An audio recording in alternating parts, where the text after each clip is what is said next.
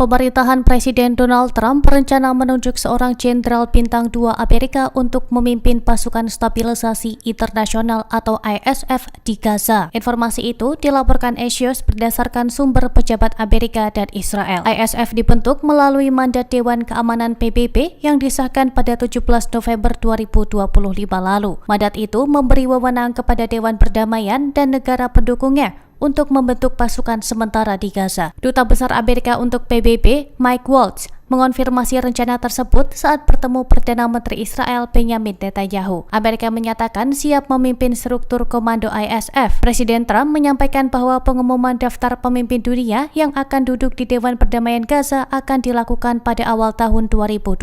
Banyak pemimpin negara disebut mengajukan diri untuk bergabung. Dewan Perdamaian diharapkan menjadi lembaga transisi yang mengelola kerangka rekonstruksi Gaza. Lembaga itu akan bertugas hingga otoritas Palestina menyelesaikan reformasi dan siap memimpin Gaza secara penuh.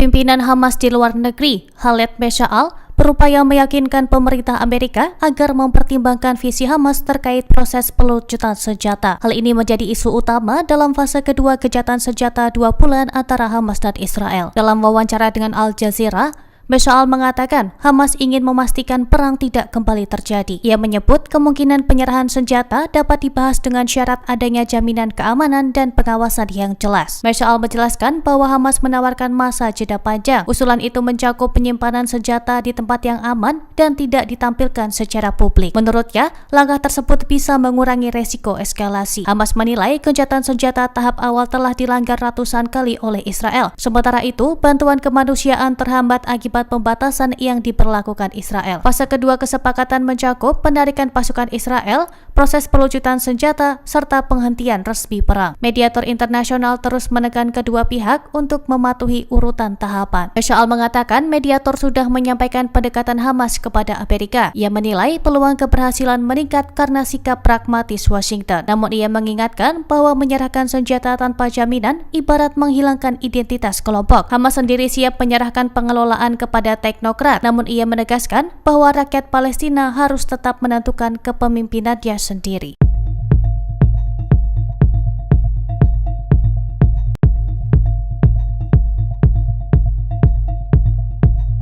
Seorang bayi Palestina dilaporkan meninggal akibat suhu ekstrim dan badai musim dingin yang melanda kawasan tersebut. Keluarga korban tinggal di tenda darurat yang tidak mampu menahan cuaca buruk. Badai Biron memicu kondisi ekstrim di seluruh jalur Gaza. Lembaga kemanusiaan dan PBB kembali mendesak Israel membuka akses lebih luas bagi bantuan, terutama logistik penahan cuaca. Seruan itu muncul karena ribuan warga hidup dalam tenda sederhana tanpa perlindungan yang memadai. Serangan artileri Israel menewaskan seorang perempuan Palestina dan beberapa lainnya mengalami luka-luka. Insiden itu menjadi pelanggaran terbaru terhadap kesepakatan gencatan senjata dengan Hamas yang dicapai bulan lalu. Meski ada kesepakatan damai tahap awal, ketegangan di lapangan tetap berlangsung. Kontak senjata sporadis dan operasi serangan balasan terus muncul di sejumlah titik. Situasi keamanan diperkirakan memburuk jika logistik darurat tidak segera memasuki Gaza.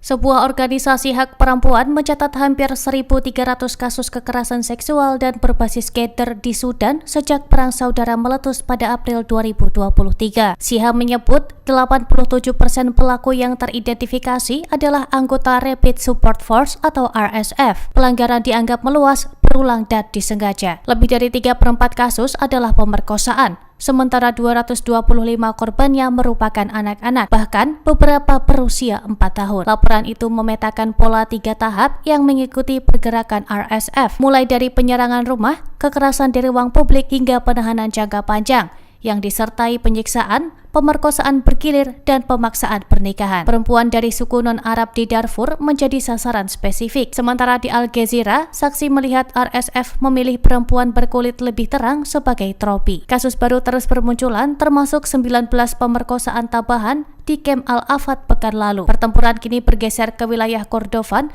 tempat RSF terus memperluas kontrol. Serangan terhadap fasilitas umum juga meningkat, termasuk serangan di prasekolah yang menewaskan lebih dari 100 orang di antaranya 46 adalah anak-anak. PBB memperingatkan potensi gelombang kekejaman baru. Konflik telah menewaskan ratusan warga dalam 2 bulan terakhir dan memaksa lebih dari 12 juta orang mengungsi.